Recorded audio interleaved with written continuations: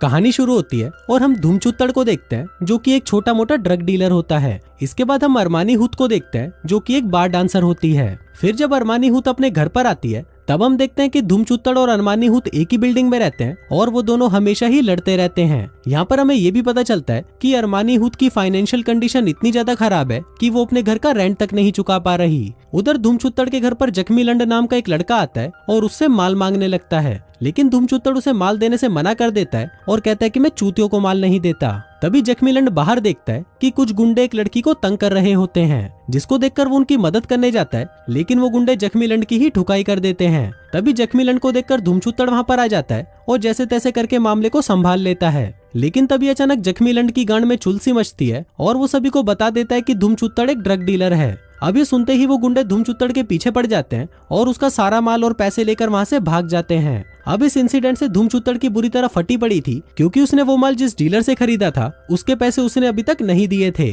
अब धूमचुत्तड़ भी जानता था कि वो डीलर उसकी गांड फाड़ देगा, इसलिए वो उस डीलर की कॉल्स को इग्नोर करने लगता है। लेकिन अगले ही दिन डीलर के लोग धूमचुत्तड़ को किडनैप करके डीलर के पास ले जाते हैं, जिसका नाम नुन्नीलाल होता है। नुन्नीलाल धूमचुत्तड़ के सामने दो ऑप्शन रखता है कि या तो वो उसके पैसे दे दे या उसकी एक फैक्ट्री जो मैक्सिको में है वहां से माल स्मगल करके यहाँ पर ले आए, जिसके बदले वो उसे खूब सारे पैसे भी दे देगा।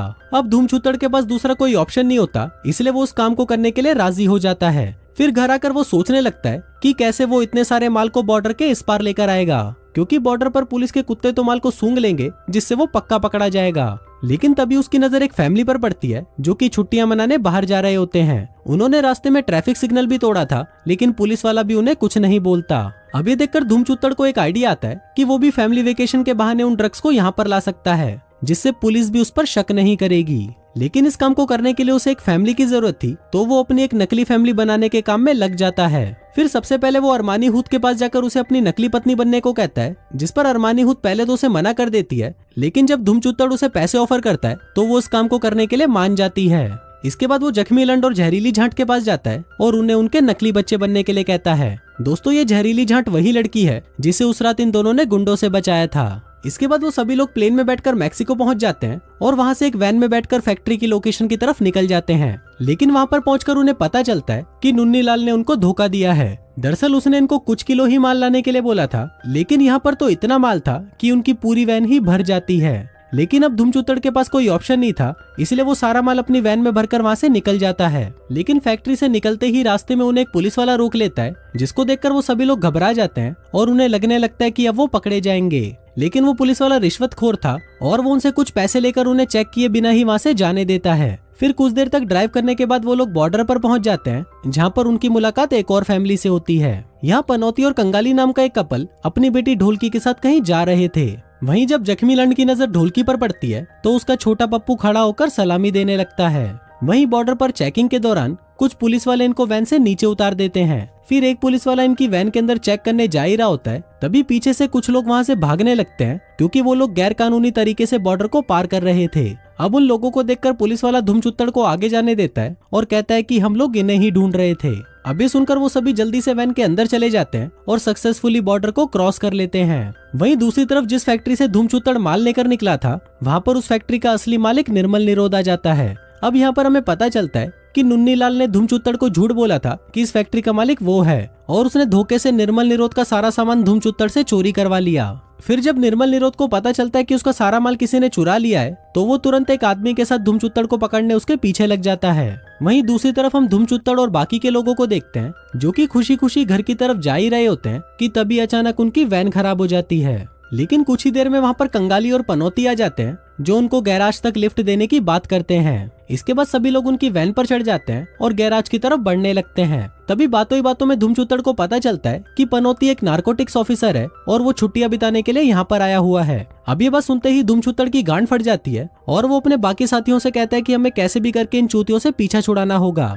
लेकिन यहाँ पर भी उनकी किस्मत के लोड़े लगे हुए थे, क्योंकि जिस गैराज में वो अपनी वैन ठीक कराने जाते हैं वो गैराज बंद होता है। इसलिए पनौती उन लोगों को आज रात उनके साथ ही जंगल में कैंप लगाने के लिए कहता है, जिस पर ना चाहते हुए भी धूमचुत्तड़ और बाकी लोगों को उनकी बात माननी पड़ती है। फिर रात को कैंप के दौरान जब पनौती और कंगाली सभी को सलमान भाई के गाने सुना रहे थे, तभी धूमचुत्तड़ और अरमानी हुत प्लान बनाते हैं कि आधी रात को जब ये दोनों चूतिया सो जाएंगे तो ये लोग उनकी वैन चुराकर यहाँ से भाग जाएंगे। वहीं हम जख्मी लंड को देखते हैं जो कि ढोलकी को सेट करने में लगा हुआ था ताकि वो पूरी रात उसे बजा सके, लेकिन उसे पता नहीं था कि गचागच कैसे करना है, इसलिए वो ढोलकी को बजा नहीं पाता। अभी देखकर धूमचूतड़ को उस पर तरस आने लगता है और फिर वो उसे गचागच करने की टिप्स देता है। फिर आधी रात को जब सभी सो जाते हैं तो धूमचूतड़ और अरमानी हुत पनौती और कंगाली के टेंट में वैन की चाबी चुराने के लिए घुस जाते हैं, लेकिन तभी पनौती धूमचूतड़ का हाथ पकड़ लेता है जिससे उसको लगता है कि अब वो पकड़े गए। लेकिन तभी उनको यहाँ पर एक बात और पता चलती है कि पनौती और कंगाली की मैरिड लाइफ कुछ खास अच्छी नहीं चल रही, इसलिए वो लोग कुछ एक्साइटिंग करना चाहते हैं।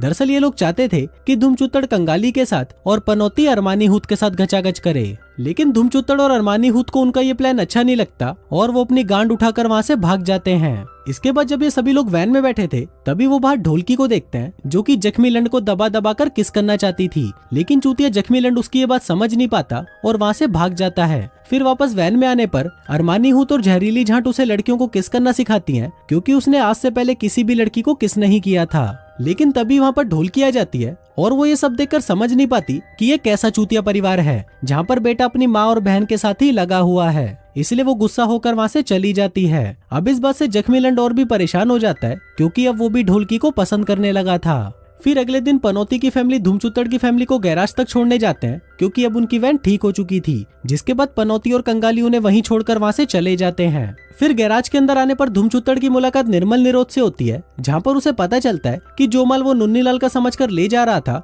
वो तो निर्मल निरोध का है। अब निर्मल निरोध उसके इस अपराध के लिए उन सभी को जान से मारने की धमकी देता है, जिस पर धूमचूतड़ उससे माफी मांगते हुए कहता है कि उन्होंने ये सब जानबूझ के नहीं किया। इसी दौरान निर्मल निरोध को ये भी पता चल जाता है कि अरमानी हुत एक बार डांसर है, तो वो अरमानी हुत को डांस करने के लिए बोलता है। फिर जब अरमानी हुत अपना अश्लील डांस दिखाकर सभी गुंडों के घोड़े खड़े कर रही होती है तभी मौके का फायदा उठाकर धूमचूतड़ अपनी वैन निकालता है और सभी को उसमें बिठाकर वहाँ से निकल जाता है। इस दौरान जख्मी लंड ड्राइव कर रहा था जबकि उसे ड्राइव करना नहीं आता। तभी एक मकड़ी जख्मी लंड के कच्छे में घुस जाती है और उसके लंड पर काट लेती है। अब इससे जख्मी लंड को बहुत दर्द होता है और दर्द के मारे वो वैन को कंट्रोल नहीं कर पाता और उनका एक्सीडेंट हो जाता है। अब मकड़ी के काटने से जख्मी लंड के दिमाग का भांग बोसड़ा हो जाता है, इसलिए सभी लोग उसे हॉस्पिटल ले जाते हैं। वहां पहुंचकर धूमचूतड़ नुन्नीलाल को बहुत ज्यादा गालियां देने लगता है क्योंकि आज उस चूतिए की वजह से इन लोगों की जान जाने वाली थी।